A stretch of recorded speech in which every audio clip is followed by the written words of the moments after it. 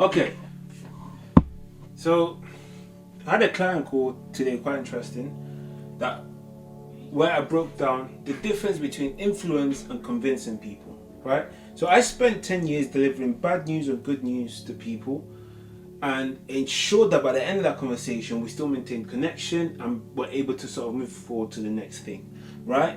That was based on my branch management experience in real estate, speaking to multimillionaires investors, sometimes billionaires investors, and most importantly, what basically happened in that space is that I was able to understand the difference between influence and convincing.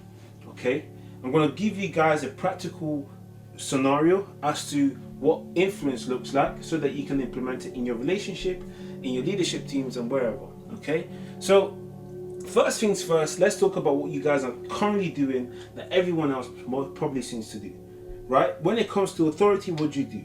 If it's not there, the first thing you do is you try to reassert it. So you stand up, you pose yourself, and you scream. You sort of, hey, listen, I understand you guys are not listening to me, right? You try your very best to make sure that whatever's been said is now reiterated so that people can understand that they're talking to you. You know, again, I spent some of my years in the UK. So when you're now approached by someone that allegedly is on badness or really, dangerous, what the person would say is, do you know who I am? And the question, by the time you have to ask that question, trust and believe that the person probably knows who you are and they don't care. Or if they did not know who you are, you're doing a terrible job at making them intimidated by who you say you are.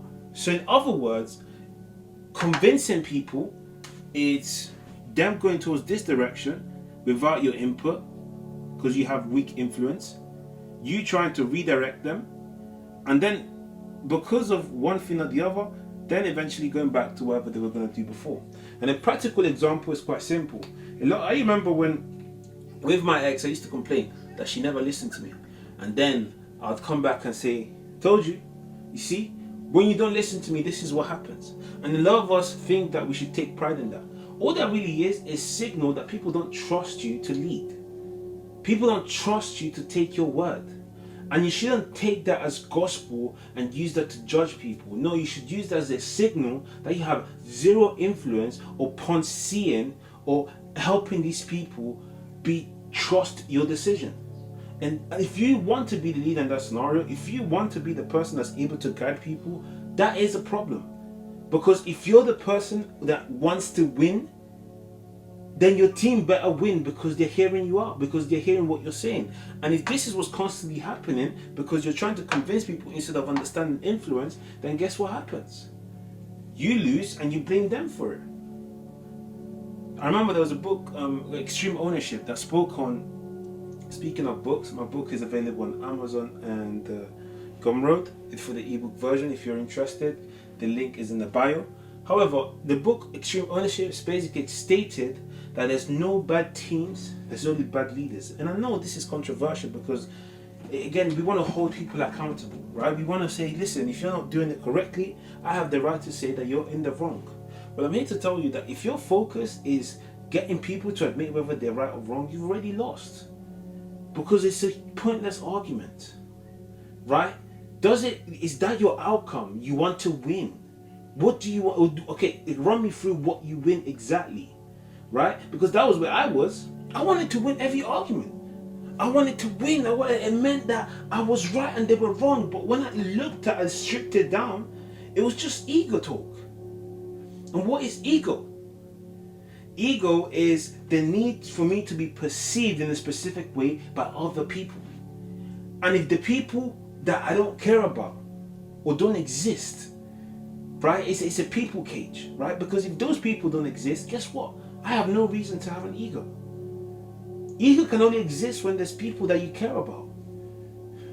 Whether you want to be perceived as strong, weak, insecure, secure, people-pleasing, the victim, you need people in order for that to be activated. If there's no people that you care about, you have zero reasons to have an ego.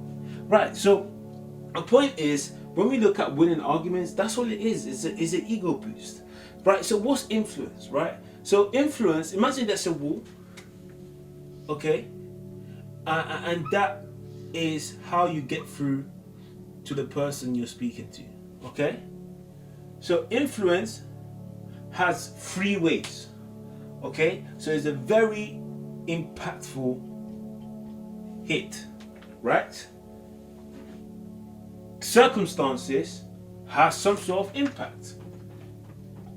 Your convincing has And to make it quite clear, when you try to convince someone and then the circumstances change, guess what happens? Excuses.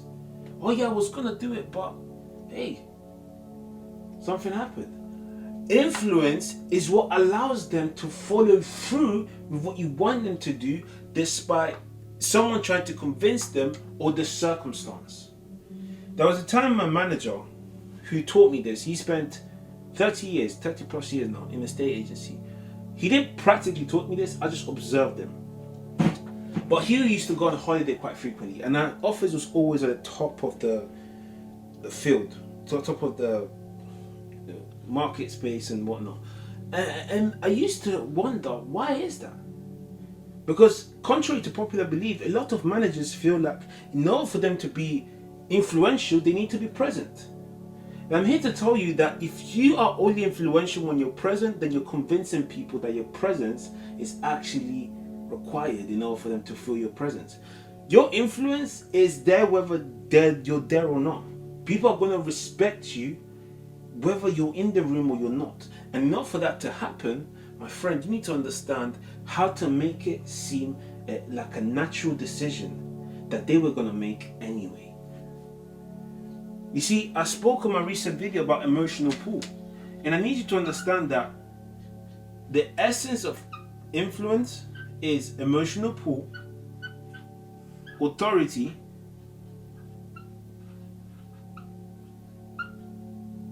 focus,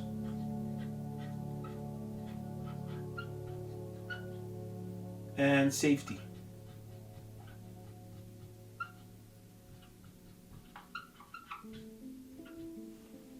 Okay, so if we break down influence in essence, it's once you have the person feel safe, once they're emotionally pulled, once they recognize your authority, your expertise, or whatever the case is, and once they see or can focus on what it is you are asking them to focus on, or they align on the why, you now have influence. That is exactly how cults pull people in. That is exactly how the military indoctrinates certain things. That is exactly how I was able to speak to multi-millionaires and whatnot without necessarily being one, in depending on what countries you're asking me, and have and maintain and solidify the connection despite the bad news I was delivering. That under normal circumstances, if I was trying to convince them, would have simply sent them to a different agent.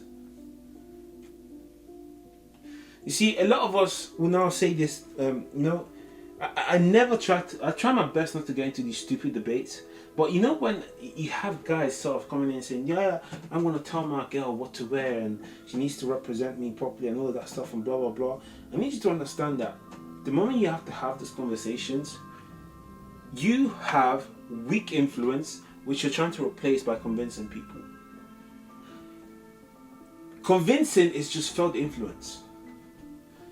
You shouldn't need to convince people. You should have the ability to understand safety, emotional pull, authority, focus, so that you can actually pull the person towards you without them feeling like they're being forced to do so. That is where charisma comes into play. But charisma, again, is just safety and authority or certainty. The person feels safe and they feel comfortable in their own skin. Right? So, in a nutshell, when you're trying to get through to someone, influence does the most damage that actually penetrates and connects with them. And every single time you try to convince someone, best believe that there may be someone out there that's trying to influence them, or is able to influence them. And because of that, whatever you try to do to convince them doesn't mean anything anymore. So what am I saying in essence? This is you. This is convincing. And some of you will stop at it and think that that's you getting the job done. I'm here to tell you that circumstance, the moment they step into circumstance, your convincing has already been wiped out. Influence, however, sticks around the whole ride. Okay? So if you want to learn how to influence people, I need you to understand that the core essence of it is you need to understand how to influence yourself. People need to see you as an authority. People need to see you as someone that respects their own word, despite what the situation is. The easiest way to build influence is by you being able to influence yourself, especially when things are hard. That's when you train it. You don't train it when things are great. Oh my gosh, yeah, things are great. I've just made 6 figures. That's fantastic. No. You train it when things are tough. Consistently. I don't want to get up. I'm going to get up. And over a period of time, that signals to other people that are not getting up, that, oh, we may have to follow his lead here. He's creating safety because he's going where we are not willing to go. So we might as well just trust him. It saves us time. Emotional pull. What is emotional pull? The ability to build the emotional muscle that allows people to connect with you. Empathy. But most importantly, be pulled by whatever is pulling you. Why? Because there's something about your safety that makes the situation comforting enough for them to feel like, do you know what? I like this person. This person's not just likable. See, a lot of people tell you don't be likable, just be respected. But I'm here to tell you that emotional pull is way more powerful than people respecting you. You want to know the difference? Someone you respect and someone that you're emotionally pulled by they play 2 different games. The person that's respected, when you're around them, you shake their hand, you say, oh, well done. The person that has emotional pull has you on a chokehold even when they're not there. That is the difference. Then you have authority, which is respect. It's very important to have respect, don't get me wrong. But it's not as important as emotional pull. Some of you are chasing respect without understanding emotional pull. And this is why you're having to assert yourself when it shouldn't need to be a case. When you have emotional pull, there's something about you that makes it a difficult negotiation for them to make, to be disrespecting you. When you just stick to the logical and say, logically speaking, I'm respected, I'm competent here, and you completely disregard emotional pull, when things are intense, when things are not going to plan, hey, bang, it's easier for them to pull back. You need to have a full take on all of this, and then focus on the why. The why brings clarity, and it almost disregards the how automatically. So, I hope in this video I've explained why convincing is a weak way to go about this. I hope you've also understood that if you try to assert yourself, all you're really doing is exposing that you never really had authority in that space in the first place. And authority is recognized. It's not earned, it's not given by other people. No, it's recognized because it's something you already were. You're already a person of authority. They just didn't realize it until they saw it for themselves. Right? You're not the person that's supposed to tell them I have authority. They're supposed to see it. This is why the Bible says, do not boast, let someone else speak on you. So, yeah.